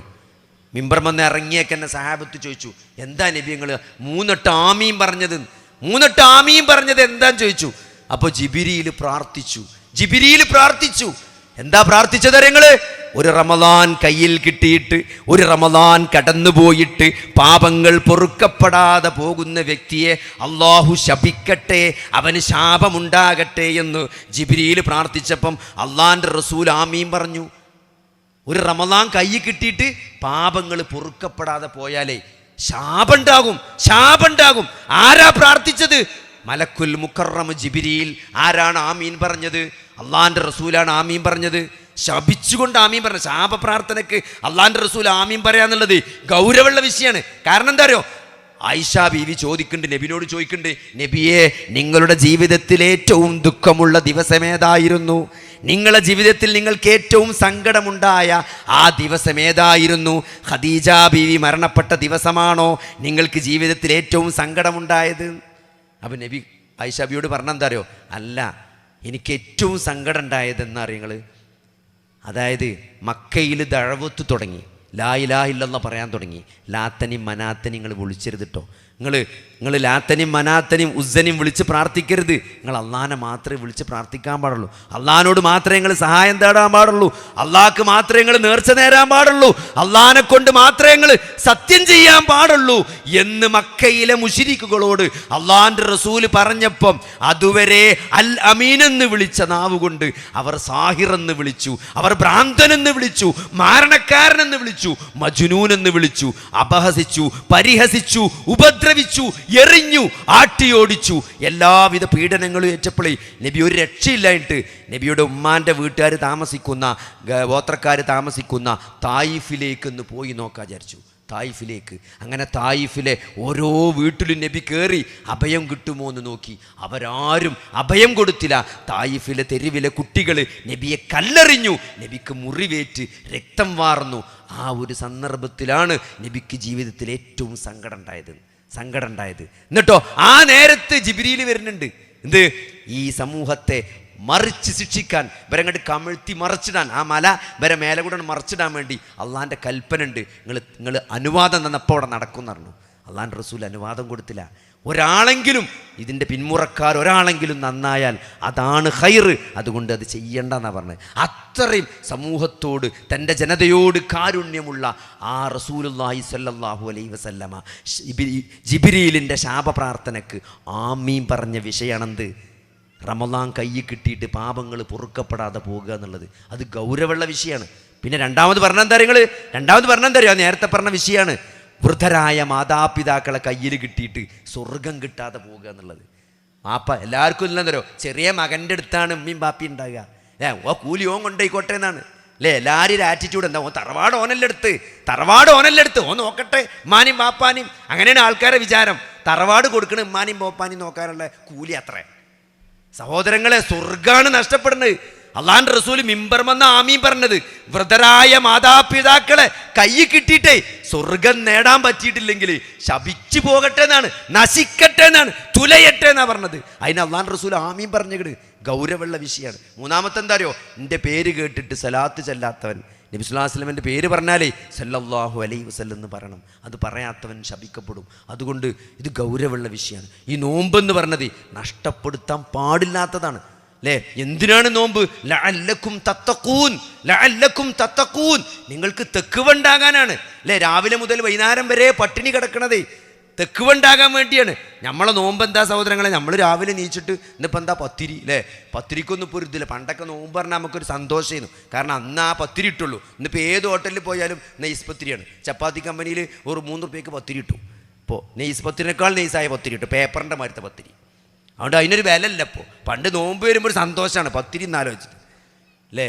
അപ്പോൾ നോമ്പ് എന്ന് പറഞ്ഞാലേ തെക്കുവുണ്ടാകാനുള്ള സാധനമാണ്. നിങ്ങൾ അത് അടിസ്ഥാനമായി മനസ്സിലാക്കണം. നമ്മൾ തെക്കുവുണ്ടാകാൻ പ്രത്യേകിച്ചൊന്നും ചെയ്യണ്ട. നിസ്കാരമൊക്കെ ഒന്ന് 5 വക്ത് പള്ളിയിൽ പോയി ഉള്ളതൊക്കെ ഒന്ന് നന്നാക്കിയാൽ മതി. ഇതൊക്കെ നമ്മൾ ചെയ്യണ കാര്യം തന്നെയാണ്. ആ 5 നേരത്തെ നിസ്കാരം ഒന്നും കൂടി ഖുശൂവോടുകൂടി ബാങ്ക് കൊടുക്കുമ്പോൾ തന്നെ പോയിട്ട് അവ്വൽ സൊഫിൽ സ്ഥലം പിടിച്ചിട്ട് അതിൻ്റെ മുമ്പത്തെ സുന്നത്ത് നിസ്കാരം ഒതൊക്കെ ഒന്ന് മര്യാദയ്ക്ക് ഉണ്ടാക്കി, ഞാൻ നേരത്തെ പറഞ്ഞ കുല്ലല്ലാവൊക്കെ ഒന്ന് മാറ്റി ഒരു അമ്മയ്ക്ക് ഓത്. ആ പഴയ കുല്ലല്ലാവ് ഉണ്ടല്ലേ നമ്മളെ, ആ വജ്ജത്ത് എന്നൊക്കെ പറഞ്ഞാൽ ഫുള്ള് വലിയ വജ്ജത്തുണ്ട്. നമ്മൾ ഈ ഗൂഗിൾ സ്റ്റോറിലൊക്കെ കിട്ടണ ഫ്രീ ആപ്പ് ഉണ്ടാവും, വെറുതെ കിട്ടണ ആപ്പ്, പൈസ കൊടുക്കാതെ കിട്ടണേ. അങ്ങനത്തെ വജ്ജത്താണ് നമ്മൾ ഓതുന്നത്. ചെറിയ 2 വരിയുള്ള വജ്ജത്താണ്. വലിയ വജ്ജത്ത് 7 വരിയുള്ള വലിയ വജ്ജത്തുണ്ട്. അതൊക്കെ ഒന്ന് പഠിച്ച് ഈ നോമ്പിന് അല്ലേ? ഒരു സുന്നത്ത് നിസ്കാരത്തിലെ അമ്മയൊക്കെ ഒന്ന് ഓതി, ഒരമ്മ സൂറത്തൊക്കെ വെറുതെ സുന്നത്ത് നിസ്കാരത്തിൽ ഓതിക്കോളി. അങ്ങനെ നമ്മൾ നന്നാകുക. ഈ റമദാനിൽ സഹോദരങ്ങളെ, ഈ റമദാൻ നമ്മൾ എന്താ പറയുക, ഈ റമദാൻ കഴിയുമ്പോൾ നമ്മൾ എന്ത് നേടണം, ഈ റമദാനിൽ എന്ത് നേട്ടമാണ് നമ്മൾ ഉണ്ടാക്കേണ്ടത് എന്ന് നമ്മളിപ്പോൾ തീരുമാനിക്കണം അല്ലേ? നമ്മളെല്ലാ ദിവസവും ജോലി ചെയ്യണ പോലെ റമദാനിലും പണിക്ക് പോയാൽ റമദാൻ നമുക്ക് കിട്ടണമെന്നുണ്ടെങ്കിൽ അങ്ങനെ റമദാൻ എല്ലാവർക്കും കിട്ടണ മാതിരി കിട്ടിയിട്ട് കാര്യമില്ല. ഒരു മാറ്റം ഉണ്ടാക്കണം. കുറച്ചും കൂടി ജോലി സമയം കുറച്ച് ഖുർആൻ ഓതാനും, കുറച്ച് ഖുർആൻ പഠിക്കാനും, കുറച്ചൊക്കെ നല്ല കാര്യങ്ങൾ സ്വതക്ക കൊടുക്കാനും, നല്ല പ്രവൃത്തികളും നല്ല വാക്കും അല്ലേ? ഹറാമുകളിൽ നിന്ന് മാറി നിൽക്കുക. അത് മാറി നിൽക്കാതെ നമ്മൾ നോമ്പോറ്റിട്ട് എന്താ കാര്യം? ഹറാമായ നോട്ടത്തിൽ നിന്ന് അല്ലേ? നമ്മൾ യൂട്യൂബിൽ വൈകുന്നേരം അസറൊക്കെ കാണാം, ഓരോരുത്തർ അങ്ങനെ വീഡിയോ കോലായ്മലും മതിൽമലൊക്കെ കുത്തിരുന്ന് ഈ ഷോർട്സും ഇത് കണ്ട് അങ്ങനെ അസറ് കഴിഞ്ഞാൽ പിന്നെ മഗ്‌രിബായി കിട്ടണ്ടേ? മഗ്‌രിബായി കിട്ടാൻ വേണ്ടിക്കാണ്ട് ഇങ്ങനെ കണ്ടിരിക്കുക. സഹോദരങ്ങളെ, ഹറാമായത് ഈ നോമ്പോടുകൂടി, ഈ നോമ്പിനെങ്കിലും ഞാൻ റീചാർജ് ചെയ്യൂല, നെറ്റ് റീചാർജ് ചെയ്യൂല, TV റീചാർജ് ചെയ്യൂല എന്ന് നമ്മൾ തീരുമാനിക്കുക. TV കാണൂല, നെറ്റ് നോക്കൂല. ഈ സോഷ്യൽ മീഡിയക്ക് നിയന്ത്രണം വേണം. നമ്മളെ സ്ക്രീൻ ടൈം എത്ര നമ്മൾ നോക്കണം. അങ്ങനെ അതിൽ വരുന്നതും കാണുന്നതും മുഴുവൻ എന്തോ നാളെ മരിച്ചെന്നൊക്കെ പറഞ്ഞ് ആദ്യം ചോദിക്കുക, ലാസ്റ്റ് വാട്സപ്പിൽ എന്താ വന്നതെന്നാ ചോദിക്കുക. ഓരോരുത്തർ വാട്സപ്പ് നോക്കണുണ്ട്, അതാ തോന്നുക. ഇങ്ങനെ നിസ്കാരം കഴിഞ്ഞ് സലാം വീട്ടി അപ്പെടുക്കും, അസ്തഗ്ഫിറുല്ലാ ചൊല്ലിക്കഴിഞ്ഞാൽ പിന്നെ അടുത്ത എന്താ പറയുക, വാട്സപ്പിൽ ലാസ്റ്റ് വന്നെന്താണെന്ന് നോക്കുക. അപ്പം അതൊക്കെ ഈ നോമ്പ് നമ്മൾ നിർത്തണം. തൽക്കാലം നമ്മളെല്ലാത്തിനും നമുക്കിതൊക്കെ മാറ്റി നിർത്താൻ പറ്റും എന്ന് നമ്മളെന്ത് ചെയ്യണം, ഒന്ന് ബോധ്യപ്പെടുത്തണം. എന്ന് ഖുർആനൊക്കെ കുറച്ച് പഠിച്ച അല്ലേ? ഖുർആൻ എന്ന് പറഞ്ഞാൽ അള്ളാഹു ആകാശലോകത്ത് നിന്ന് ഭൂമിയിലേക്ക് ഇറക്കിയ വഹിയാണ്. ഞാൻ നേരത്തെ പറഞ്ഞില്ലേ, വലിയൊരു സമൂഹത്തെ 23 കൊല്ലം കൊണ്ട് മാറ്റിയെടുത്തത്. നിങ്ങളിത് തമാശല്ല. 1450 കൊല്ലം മുമ്പ് ആ മക്കയിലെ മണൽക്കാട്ടിൽ, ആ മക്കയിലെ മണലാരണ്യത്തിൽ ജീവിച്ച കുറേ കാട്ടറബികളെ നോക്കി ഇന്ന് എവിടെയാണ് 200 കോടിയിലേക്ക് അടുക്കാൻ പോവുകയാണ് മുസ്ലിം ജനസംഖ്യ. ഒരു നബി സല്ലല്ലാഹു അലൈഹി വസല്ലമയും ഖദീജ ബീവിയും അബൂബക്കർ സിദ്ദീഖ് റളിയല്ലാഹു അലി ഇബ്നു അബീ ത്വാലിബും കൂടി തുടങ്ങിയ ആ ഇസ്ലാം എന്ന് പറഞ്ഞത് 200 കോടി ആൾക്കാരായി നിൽക്കണം. ഇപ്പോൾ അത് വെറുതെ ആയതല്ല. എന്തുകൊണ്ടാണ് ആ മാറ്റം ഉണ്ടായത്? 23 കൊല്ലേ ലോക ചരിത്രത്തിൽ ആ മനുഷ്യൻ ജീവിച്ചിട്ടുള്ളൂ. 13 കൊല്ലം മക്കത്തും 10 കൊല്ലം മദീനത്തും ആ മനുഷ്യൻ ജീവിച്ചിട്ടുള്ളൂ. എന്തേ സഹോദരങ്ങളെ ഇന്നും ഇത്രയും വലിയൊരു മാറ്റം? ഇപ്പോഴും യൂറോപ്പിലും അമേരിക്കയിലൊക്കെ. ഇന്നിപ്പോൾ ഞാൻ വരുമ്പം ജെഫ്രി ലാങ് എന്ന് പറഞ്ഞൊരു അമേരിക്കക്കാരുണ്ട്, പണ്ട് മുസ്ലിം ആയതാ. അദ്ദേഹത്തിൻ്റെ ഒരു പ്രസംഗം, വെറുതെ ജീവിതത്തെ ലക്ഷ്യത്തെക്കുറിച്ചുള്ള മൂപ്പര് ടോക്ക് ഉണ്ട്. അത് കേട്ടിട്ട് ഞാൻ അത്ഭുതപ്പെട്ടു പോയി. അതായത് മൂപ്പരെ മാറ്റിയത് എന്താ നിങ്ങൾ? മൂപ്പരെ മാറ്റിയത് വിശുദ്ധ ഖുർആനിലെ സൂറത്തുൽ ബഖറയിൽ മനുഷ്യൻ്റെ ചരിത്രം പഠിക്കണം 30-ാമത്തെ ആയത്ത് മുതൽ 39 വരെയുള്ള ആയത്തുണ്ട്. വൈദ് കോലലിൽ മലായികത്തു ഇന്നി ജാഇലും ഫിൽ അർളി ഖലീഫ എന്ന് തുടങ്ങിയിട്ട് അവസാനം സ്വർഗത്തു നിന്ന് പുറത്താക്കി ഭൂമിയിലേക്ക് ആക്കണേ. ആ ഒരു 9 ആയത്തൊന്നും ഓതാൻ മൂപ്പർക്ക് അറിയില്ല. അതിൻ്റെ ഇംഗ്ലീഷ് പറഞ്ഞിട്ട് മൂപ്പരെ ജീവിതത്തിലുണ്ടായ എന്തിനാണ് ജീവിതം എന്ന് ആ ആയത്തുകൊണ്ട് മൂപ്പര് പറയുന്നുണ്ട്. കാരണം മൂപ്പരെ കുടുംബത്തിൽ കുറേ രക്തരൂക്ഷിതമായ വാപ്പന്മാനെ തല്ലലും ചോര ഒലിപ്പിക്കലും അങ്ങനെ. അപ്പോൾ മനുഷ്യനുണ്ടാക്കാൻ പടച്ചോൻ പറഞ്ഞപ്പോൾ മരക്കളുമല്ല, ചോര ചിന്തുന്ന ആൾക്കാരെ എന്തിനാണ് ഈ ഉണ്ടാക്കണമെന്ന് ചോദിച്ചാൽ മൂപ്പർക്ക് ഓർമ്മ വരുന്നുണ്ട് മന തല്ലിയ വാപ്പാനാണ്, മന ഉപദ്രവിച്ച് ചോര ഒലിപ്പിക്കണ വാപ്പാന്. അതാണ് മനുഷ്യൻ്റെ കോലം. അങ്ങനെ ആയത്തൊക്കെ മൂപ്പര് ജീവിതത്തേറ്റ് ഇങ്ങനെ ബന്ധപ്പെടുത്തിയിട്ട് മൂപ്പര് മാറിയ കഥ പറയുന്നുണ്ട്. അമേരിക്കയിലും യൂറോപ്പിലൊക്കെ ആളുകൾ ഈ ഖുർആനാണ് അള്ളാഹുവിൻ്റെ കലാമ് വായിച്ച് മനസ്സിലാക്കി മാറിക്കൊണ്ടിരിക്കുകയാണ്. അതുകൊണ്ട് മാറ്റം ഉണ്ടാക്കാൻ ഈ 23 വർഷം കൊണ്ട് ഈ സമൂഹത്തെ മാറ്റിയെടുത്തത് ഇന്ന് 200 കോടിയിലെത്തി നിൽക്കുന്ന ആളുകളിലേക്കുണ്ടായ ഈ മാറ്റത്തിൻ്റെ കാരണം ഇതൊന്നും ചെറിയ മാറ്റമല്ല. ഇപ്പോൾ ഞാൻ ഈ താടി വെച്ചത്, ഈ ആൾക്കാരൊക്കെ താടി വെച്ചത്, ഈ ആളുകളൊക്കെ ഞെരിയാണിക്ക് മുകളിൽ വസ്ത്രം ധരിച്ചത്, അല്ലേ? നമ്മൾ വലത് കൈ കൊണ്ട് ഭക്ഷണം കഴിക്കണത് നമ്മൾ അറിയാതെ പോലും നമ്മൾ ഇടത് കൈ കൊണ്ട് കഴിക്കണില്ല. എന്താ കാരണം? അത്രയും ശുഷ്കാന്തി നമുക്ക് ആ വിഷയത്തിലുണ്ട്. അള്ളാൻ്റെ റസൂല് പഠിപ്പിച്ചതാണ്. വലത് കൈ കൊണ്ട് തിന്നണം, വലത് കൈ കൊണ്ട് കുടിക്കണം. അത് അധ്യാപനാണ്. അത് ജീവിതത്തിൽ നെഞ്ചോട് ചേർത്ത് വെച്ചവരാണ് നമ്മൾ. കാരണം അങ്ങനെയാണ് നമ്മൾ നബിനെ സ്നേഹിക്കുന്നത്. നബിനെ നമ്മൾ കണ്ടിട്ടില്ല, നബിൻ്റെ ശബ്ദം നമ്മൾ കേട്ടിട്ടില്ല, നബിൻ്റെ ഒരു സങ്കല്പത്തിൽ പോലും നബിൻ്റെ ഒരു ഇമേജോ എന്തെങ്കിലും നമുക്ക് ഊഹിക്കാൻ പോലും പറ്റില്ല. എന്നിട്ടും നമ്മളെ വാപ്പാനേക്കാളും ഉമ്മാനേക്കാളും മക്കളെക്കാളും സുഹൃത്തിനേക്കാളും നമ്മൾ അള്ളാഹുവിൻ്റെ റസൂലിനെ സ്നേഹിക്കണം. എന്താ പറയുക? അത് ഈമാനാണ്, അത് വിശ്വാസമാണ്. അതെന്തുകൊണ്ടാണ് നമ്മൾ സ്നേഹിക്കുന്നത്? അത് അള്ളാഹുവിൻ്റെ റസൂൽ ഉണ്ടാക്കിയ മാറ്റമാണ്. ആ വിശുദ്ധ ഖുർആനാകുന്ന മാറ്റം അത് ലോകാവസാനം വരെ അള്ളാഹു നിലനിർത്തുമെന്നത് അള്ളാഹുവിൻ്റെ വാഗ്ദാനാണ്. അതുകൊണ്ട് അതിൻ്റെ മാസമാണ് ഷഹ്റു റമളാൻ അല്ലദീ ഉൻസില ഫീഹിൽ ഖുർആൻ ഇറങ്ങിയ മാസമാണ് റമളാൻ. അതുകൊണ്ട് ആ ഖുർആൻ പഠിക്കാനും മനസ്സിലാക്കാനും, പിന്നെ അള്ളാൻ്റെ റസൂലിൻ്റെ അള്ളാഹുവിനെ പറ്റി നമ്മൾ അറിയണം, അള്ളാൻ്റെ ദീനിനെ പറ്റി നമ്മൾ അറിയണം, അള്ളാൻ്റെ റസൂലിനെ പറ്റി നമ്മൾ അറിയണം. ഇതറിയാതെ സഹോദരങ്ങളെ നമുക്ക് ദീന് മനസ്സിലാക്കാൻ കഴിയില്ല. നമ്മൾ അറിയും തോറും നമ്മൾ അള്ളാഹുവിനെ സ്നേഹിച്ചു കൊണ്ടേയിരിക്കും. അള്ളാഹി റസൂലിനെ അറിഞ്ഞാലൊരു മെച്ചം എന്താ പറയുക? നിങ്ങൾക്ക് എത്രത്തോളം നമ്മൾ അള്ളാഹി റസൂലിനെ പറ്റി അറിയണോ അത്രയും നമ്മൾ സ്നേഹിക്കും. അത്രയും സ്നേഹിക്കാൻ മാത്രമുണ്ട് അള്ളാഹും റസൂലും. അള്ളാഹിൻ്റെ ഓരോ പേരുകൾ, അല്ലേ? ഇപ്പോൾ കഴിഞ്ഞ ദിവസം അള്ളാഹ് ഗഫൂറാണ് എന്ന് പറഞ്ഞതിൻ്റെ ഒരു ഹദീസ് വായിച്ചു സഹോദരങ്ങളെ. ആ ഹദീസിൽ ഈ സാധാരണ അറബികൾ യാത്ര ചെയ്യുന്ന സന്ദർഭത്തിൽ മരുഭൂമിയിൽ ഒട്ടകം നഷ്ടപ്പെട്ട് വഴിയിൽ കുടുങ്ങിയാൽ, ഇപ്പോൾ വിശാലമായൊരു മരുഭൂമിയിൽ നടുവിൽ വെച്ച് ഒട്ടകം മിസ്സായി അല്ലെങ്കിൽ ഒട്ടകം ചത്തുപോയാൽ പിന്നെ മരണം ഉറപ്പാണ്. അറബി നോവലുകളിലും അറബി കഥകളിലും ഒക്കെ ചരിത്രത്തിലൊക്കെ കാണാൻ പറ്റും. അവരെന്താ ചെയ്യുകയെന്ന് വെച്ചാൽ അവർ പിന്നെ ആകെ ഒരൊറ്റ ഓപ്ഷനേ ഉള്ളൂ. ഒരു കുഴി കുത്തും, മണ്ണിങ്ങനെ നീക്കും, എന്നിട്ട് അതിൽ ഇറങ്ങി കിടക്കും, എന്നിട്ട് നല്ലോണം ചെല്ലി അങ്ങനെ കിടക്കുക. കാരണം മരണം ഉറപ്പാണ്. അതുകൊണ്ട് മൃഗങ്ങൾ കൊത്തി വലിക്കാതെക്കാൻ വേണ്ടിയിട്ട് കുറച്ച് കഴിയുമ്പോൾ നമ്മൾ ക്ഷീണിച്ച് മരിച്ചു പോവും. കാറ്റ് വന്ന് മണൽ വന്ന് നമ്മളെ മൂടും, അങ്ങനെ നമ്മൾ മരിച്ചു. നമ്മൾ അല്ലാതെ എന്താ, നമ്മൾ മൃഗങ്ങളും കഴുകനൊക്കെ വന്ന് കൊത്തി വലിച്ച് നമ്മളെ കൊണ്ടുപോകും. അപ്പം മരണം ഉറപ്പാണെന്നാണ്. മരുഭൂമിയിൽ ഒട്ടകം നഷ്ടപ്പെട്ടാൽ നമ്മൾ ഒറ്റപ്പെട്ട് കഴിഞ്ഞാൽ മരണം ഉറപ്പാണ്. അപ്പോൾ ഞാൻ പറഞ്ഞെന്താരോ, അള്ളാഹു ഒരു അടിമ അള്ളാഹുവിലേക്ക് ഖേദിച്ച് മടങ്ങുമ്പം അള്ളാഹിൻ്റെ റസൂൽ ഒരു ഉദാഹരണം പറഞ്ഞു തരികയാണ്. അതായത് ഒരാൾക്ക് യാത്രയിൽ ഒട്ടകം മരുഭൂമിൻ്റെ നടുവിൽ വെച്ച് നഷ്ടപ്പെട്ടു. അങ്ങനെ അയാൾ ആകെ വിഷമിച്ച് നിൽക്കുകയാണ്. അങ്ങനെ കുറേ അങ്ങോട്ടും ഇങ്ങോട്ടൊക്കെ നടന്ന് ക്ഷീണിച്ച് അയാൾ ആ മരുഭൂമിയിൽ തളർന്ന് വീണ് ഉറങ്ങിപ്പോയി. അങ്ങനെ ഉറക്കം ഇന്ന് കണ്ണിങ്ങനെ എണീറ്റ് നിൽക്കുമ്പോണ്ട് ആ ഒട്ടകം ഇങ്ങനെ മുമ്പിൽ നിൽക്കണ്. ഒട്ടകം ഇങ്ങനെ മുമ്പിൽ വന്ന് നിൽക്കണ്. അയാൾക്ക് എന്തൊരു സന്തോഷം ഉണ്ടാവും, എന്തൊരു സന്തോഷം ഉണ്ടാവും. അതിനേക്കാളേറെ അള്ളാഹു സന്തോഷിക്കുന്നുണ്ട്. എപ്പോ നിങ്ങള് ഒരടിമ തൻ്റെ പാപങ്ങൾ അള്ളാഹുവിനോട് ഏറ്റുപറഞ്ഞ് തൗബ ചെയ്യുമ്പം അള്ളാഹുവിന് അതിനേക്കാൾ സന്തോഷമുണ്ട്. ആ മരുഭൂമിയിലെ ഒട്ടകം തിരിച്ചു കിട്ടുന്ന മനുഷ്യൻ അനുഭവിക്കുന്ന ഒരാൾക്ക് പറഞ്ഞറിയിക്കാനാകാത്ത ആ സന്തോഷത്തിനും അപ്പുറമാണ് റബ്ബിൻ്റെ സന്തോഷം. എപ്പോ ഒരടിമ ഖേദിച്ച് മടങ്ങുമ്പോൾ അതിനുള്ള അവസരമാണ് ഈ റമളാൻ. ചെയ്തതൊക്കെ പടച്ചോൻ ഏറ്റു പറഞ്ഞോളി, പടച്ചോൻ പുറത്തു തരാൻ തയ്യാറായി നിൽക്കുകയാണ് അല്ലേ.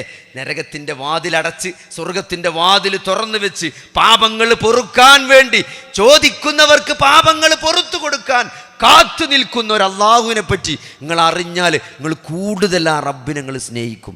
അള്ളാഹിൻ്റെ റസൂലിനെ പറ്റി അതേപോലെ തന്നെ സഹോദരങ്ങളെ, റസൂലിനെ പറ്റി നമ്മൾ പഠിക്കണം, നബിൻ്റെ ചരിത്രം നമ്മൾ വായിക്കണം. കാരണം എന്താ പറയുക, വിശുദ്ധ ഖുർആൻ നമ്മൾ ശരിക്കും നമുക്ക് മനസ്സിലാകണമെങ്കിൽ നമ്മൾ നബി ആരാണെന്നും നബി എങ്ങനെ ജീവിച്ചതെന്ന് നമ്മൾ മനസ്സിലാക്കണം. കാരണം ഈ ഖുർആൻ എന്ന് പറഞ്ഞ് തൗറാത്ത് ആകാശത്ത് നിന്ന് ഇറങ്ങിയ മാതിരി ഒരേടായിട്ട് ഇറങ്ങിയതല്ല.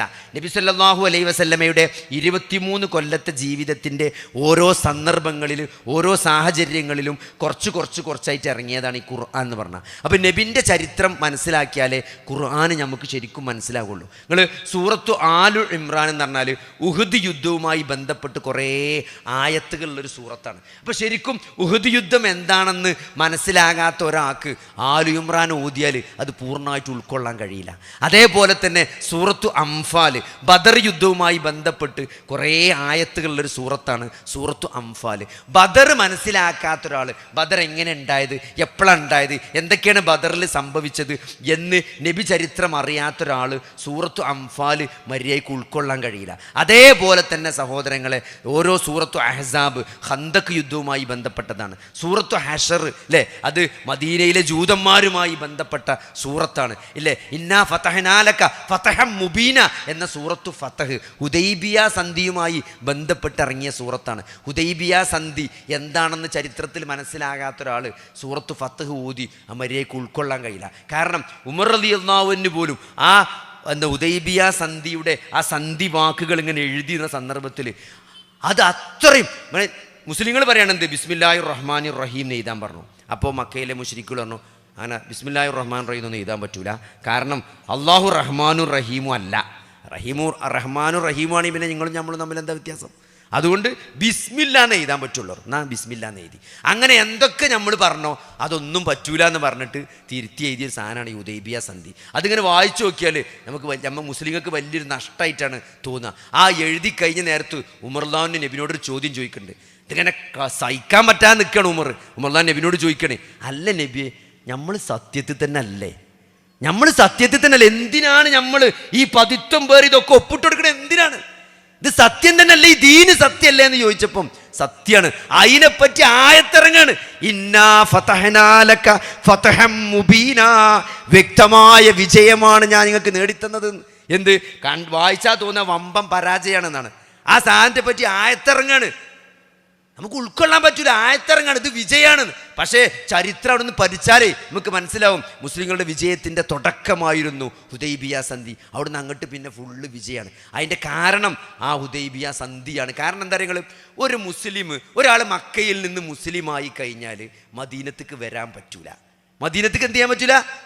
മദീനത്തേക്ക് വരാൻ പറ്റൂല. അയാൾ മക്കത്ത് തന്നെ നിൽക്കണം. അപ്പം അയാൾ നല്ല പീഡനങ്ങൾ എന്ത് ചെയ്യേണ്ടി വരും? പീഡനങ്ങൾ ഏറ്റുവാങ്ങേണ്ടി വരും. അത് നേരെ മറിച്ച് മദീനത്തിൽ നിന്ന് ഒരാൾ കാഫിറായാലോ അയാൾ അപ്പം തന്നെ മക്കത്തേക്ക് തിരിച്ചയക്കണം. അയാളെ മദീനത്ത് നിർത്താൻ പാടില്ല. അതാണ് സന്ധി. അതെങ്ങനെ? അത് നീതിയില്ലല്ലോ അതിൽ. പക്ഷേ അത് വലിയ മാറ്റമാണ് പിന്നീട് ഉണ്ടാക്കുന്നത്. കാരണം എന്താ വെച്ചാൽ ഈ മക്കത്ത് മുസ്ലിമായി നിൽക്കുന്ന ആളുകളുണ്ടല്ലോ, ഇവർ മാറി മക്കത്ത് നിന്ന് മദീനത്തേക്ക് പോകാൻ പറ്റൂലെങ്കിലും ഓല് കാഫിറാകൂല, ഓല് മുസ്ലിമായി തന്നെ അവിടെ നിൽക്കുകയാണ്, ഓലവിടെ ദഅവത്ത് നടത്തുകയാണ്, ഓരവിടെ ആളുകളെ മനസ്സ് മാറ്റിയിരിക്കുകയാണ്. അതുകൊണ്ട് മുസ്ലിങ്ങൾ ഇവിടെ അല്ലെങ്കിലും അതിൻ്റെ ഉള്ളിൽ വലിയ ദഅവത്താണ് ഈ മാറിയ ആളുകൾ നടത്തിയത് എന്ന് പിൽക്കാലത്ത് ചരിത്രം പരിശോധിച്ചാൽ മനസ്സിലാവും. കാരണം അവരുടെ സ്വാധീനത്തിൽപ്പെട്ട് പിന്നെ ആളുകളൊക്കെ മാറുകയാണ്. അതുകൊണ്ട് സഹോദരങ്ങളെ, ഇതൊക്കെ വലിയ വിജയമാണ്. പിന്നെ മാത്രമല്ല, ആ ഒരു കാലഘട്ടം എന്ന് പറഞ്ഞാൽ പിന്നെ പ്രയാസങ്ങളില്ലാത്ത, യുദ്ധങ്ങളൊന്നും ഇല്ലാത്തൊരു കാലഘട്ടമാണ്. ആ കാലഘട്ടത്തിലാണ് ഏറ്റവും കൂടുതൽ ആളുകൾ ഇസ്ലാമിലേക്ക് വന്നത്. കാരണം ഒരു സമാധാനത്തിൻ്റെ കാലഘട്ടം ഇരുന്നത് കുറേ കാലങ്ങളോളം. അപ്പോൾ അതൊക്കെ വലിയ മാറ്റങ്ങളാണ് പിന്നെ ചരിത്രത്തിൽ ഹുദൈബിയ സന്ധി ഉണ്ടാക്കിയതെന്ന് ചരിത്രം പഠിച്ച ആളുകൾ ഇന്ന് പറയും. പക്ഷേ ആ സന്ധി എഴുതുമ്പോൾ തന്നെ ആയത്തിറങ്ങി ഇന്നാ ഫതഹ്നാ ലക ഫതഹൻ മുബീനാന്ന്. അപ്പോൾ അതുകൊണ്ട് സഹോദരങ്ങളെ, നിങ്ങൾ നബി ചരിത്രം പഠിക്കണം. ഈ നോമ്പിന് നബിൻ്റെ ജീവിതത്തിന് ചെറിയൊരു മലയാളം പുസ്തകം ഏതെങ്കിലും വാങ്ങി, സഫിയുർ റഹ്മാൻ മുബാറക് പൂരിൻ്റെ ചെറിയൊരു നബി ചരിത്രം എന്ന് പറഞ്ഞ പുസ്തകമുണ്ട്, വായിച്ചാൽ ബോറടിക്കാത്തൊരു പുസ്തകം. അത് വാങ്ങിയിട്ട് ഈ നോമ്പിന് നിങ്ങൾ നബിനെ പറ്റി പഠിക്കണം. അല്ലേ, നബി ആരായിരുന്നു, നബി എത്ര പ്രയാസം സഹിച്ചിട്ടുണ്ട്, എത്രത്തോളം വിഷമിച്ചിട്ടുണ്ട്, അതൊക്കെ നമ്മൾ മനസ്സിലാക്കും തോറും നമ്മൾ നബിൻ്റെ പേര് കേൾക്കുമ്പം അറിയാതെ സല്ലല്ലാഹു അലൈഹി വസല്ലം എന്ന് പറയും. അതേപോലെ നമ്മൾ നബിനെ സ്നേഹിക്കും. അപ്പോൾ അള്ളാഹിനെയും റസൂലിനെയും സ്നേഹിച്ച എന്താ നിങ്ങൾ, ഞാൻ നേരത്തെ പറഞ്ഞ ഈമാൻ എന്താണെന്ന് നിങ്ങൾ ആസ്വദിക്കും. ഈ ജീവിതം, ഈ ദീന് നൽകുന്നൊരു തണലുണ്ട്.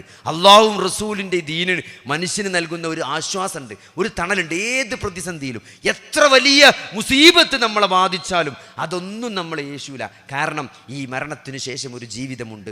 ഞാൻ എൻ്റെ റബ്ബിലേക്കാണ് തിരിച്ചു പോണത്. അവിടെ എന്ത് ചെയ്യും, അവിടെ നിനക്ക് എനിക്ക് പ്രതിഫലം എൻ്റെ റബ്ബ് തരും. അല്ലേ, എപ്പോഴും മനുഷ്യന്മാരെന്തരോ, ഓലെന്താ വിചാരിച്ച, ഇവരെന്താ തോന്നുക, ഓനെന്താ തോന്നുക, ഓക്കെന്താ തോന്നുക. അങ്ങനല്ല സഹോദരങ്ങളെ. ഒരു വിശ്വാസി ആദ്യം വിചാരിക്കേണ്ട എന്താ, നിങ്ങൾ അള്ളി റസൂൽ എന്താ വിചാരിച്ചെന്നാണ്. അള്ള എന്നെ പറ്റി എന്താ ഇപ്പം ഞാൻ അങ്ങനെ ചെയ്താൽ വിചാരിക്കുക. അതാകണം ഒരു വിശ്വാസിയെ നയിക്കേണ്ടത്. അപ്പോഴാണ് ഈ ജീവിതം നമുക്ക് ആസ്വദിക്കാൻ പറ്റുള്ളൂ. അതിനുള്ള വലിയൊരു അവസരമാണ്, ചാൻസാണ് ഈ 30 ദിവസത്തെ പരിശീലനമാണ് റമദാൻ. അതിനങ്ങനെ നമ്മൾ തയ്യാറെടുക്കുക. അങ്ങനെ അതിന് തയ്യാറെടുത്ത് ആ റമദാനിനെ അങ്ങനെ സമീപിച്ച് നമ്മൾ മുന്നോട്ട് പോയാൽ ഒരു മറക്കാത്ത, അല്ലെ, ജീവിതത്തിൽ വലിയ മാറ്റമുണ്ടാക്കിയ ഒരു റമദാനായിട്ട് 2025 റമദാൻ നമ്മളെ ഏടിൽ കിടക്കും എന്നത് ഉറപ്പാണ്. കാരണം അള്ളാഹുവിലേക്ക് ഒരാൾ ഒരു ചാണ് വെച്ചാൽ അള്ളാഹു അവനിലേക്ക് ഒരു മുഴം വെക്കുന്നതാണ്. നമ്മൾ അള്ളാഹുവിലേക്ക് നടന്ന അള്ള നമ്മളിലേക്ക് മണ്ടുന്നാണ്. അതുകൊണ്ട് ഒരു നഷ്ടമല്ലാത്ത കച്ചവടമാണ് അള്ളീൻ റസൂലായിട്ടുള്ള ഡീലിങ്സ്. അതുകൊണ്ട് സഹോദരങ്ങളെ, അത് മനസ്സിലാക്കിക്കൊണ്ട് ഈ മതത്തിൽ നിങ്ങൾ പൂർണ്ണമായിട്ട് യാ അയ്യുഹല്ലദീന ആമനു ഉദ്ഖുലൂ ഫിസ്സിൽമി കാഫ, മതത്തിൽ പൂർണ്ണമായിട്ട് പ്രവേശിക്കുക. അള്ളീൻ റസൂൽ എന്ത് പഠിപ്പിച്ചോ അതാണ് എൻ്റെ ദീന്, അതാണ് നാളെ പരലോകത്ത് രക്ഷ ഉണ്ടാവുള്ളൂ എന്ന് മനസ്സിലാക്കുകയും അത് മക്കളെയും പേരക്കുട്ടികളെയും അഞ്ചത്തിയാളെയും ഏട്ടത്തിയാളെയും അളിയന്മാരെയും മൂത്തച്ഛന്മാരെയും ഇളച്ചന്മാർ എവിടെയൊക്കെ പറയാൻ പറ്റും സഹോദരങ്ങളെ, അതാണ് ദഅവത്ത് എന്ന് പറഞ്ഞാൽ. നമ്മൾ പറയേണ്ടടുത്തൊക്കെ നമ്മളത് പറയാം. പ്രയാസം ഉണ്ടാവും, വിഷമമുണ്ടാവും. കാരണം പ്രവാചകന്മാരുടെ പാതയാണിത്. ഒരു ഏറ്റവും വിഷമമുണ്ടായത് പ്രവാചകന്മാർക്കാണ്. അത് പറയുന്നിടത്തൊക്കെ വിഷമവും പ്രയാസം ഉണ്ടാവും. പക്ഷേ അതിലൊക്കെ ക്ഷമിച്ചുകൊണ്ട് അള്ളാഹുവിൽ തവക്കുൽ ചെയ്തുകൊണ്ട് അള്ളാഹുവിനെ പറ്റി നല്ലൊരു വിചാരത്തോടു കൂടി മുന്നോട്ട് പോയാൽ നാളെ പരലോകം നമുക്കുള്ളതാണ്, സ്വർഗം നമുക്കുള്ളതാണ്. അള്ളാഹു നമ്മളെ ഏറ്റവും ഉന്നതമായ ദറജയിൽ സ്വർഗത്തിൽ ഒരുമിച്ച് കൂട്ടുമാറാകട്ടെ. ഈമാനോടുകൂടി മുഅ്മിനായി ലാ ഇലാഹ ഇല്ലല്ലാഹ് എന്ന് ചൊല്ലി അള്ളാഹു മരിക്കാനുള്ള തൗഫീക്ക് നമുക്ക് നൽകുമാറാകട്ടെ. ഈ റമദാന് അതിലെല്ലാ പുണ്യങ്ങളും കരസ്ഥമാക്കിക്കൊണ്ട് നമ്മുടെ കർമ്മരേഖയിൽ ഇങ്ങനെ തിളങ്ങി നിൽക്കുന്ന ഒരു റമദാനായിട്ട് ഈ റമദാനും അവിടുന്ന് അങ്ങോട്ട് ഓരോ റമദാനും വെച്ചടി ഉയരത്തിലേക്ക് പോയിക്കൊണ്ട് ഒരു ഏറ്റവും നല്ല റമദാനോടുകൂടി നമ്മളെ അള്ളാഹു ഈ ലോകത്തും തിരിച്ചു വിളിക്കാനുള്ള ഒരു തൗഫീക്ക് അള്ളാഹു നമുക്ക് നൽകുമാറാകട്ടെ. റബ്ബന ആതിന ഫിദ്ദുനിയ ഹസനതൻ വഫിൽ ആഖിറതി ഹസനതൻ വഖിനാ അദാബന്നാർ. അല്ലാഹുമ്മ ഗ്ഫിർ ലിൽ മുഅ്മിനീന വൽ മുഅ്മിനാത്ത് വൽ മുസ്ലിമീന വൽ മുസ്ലിമാത്ത്. അല്ലാഹുമ്മ അഅസ്സൽ ഇസ്ലാമ വൽ മുസ്ലിമീൻ വഅദില്ല الشرك والمشركين. ربنا ظلمنا أنفسنا وإن لم تغفر لنا وترحمنا لنكونن من الخاسرين. ربنا هب لنا من أزواجنا وذرياتنا قرة أعين واجعلنا للمتقين إماما. آمين آمين برحمتك يا أرحم الراحمين. اللهم صل على محمد وعلى آل محمد والحمد لله رب العالمين.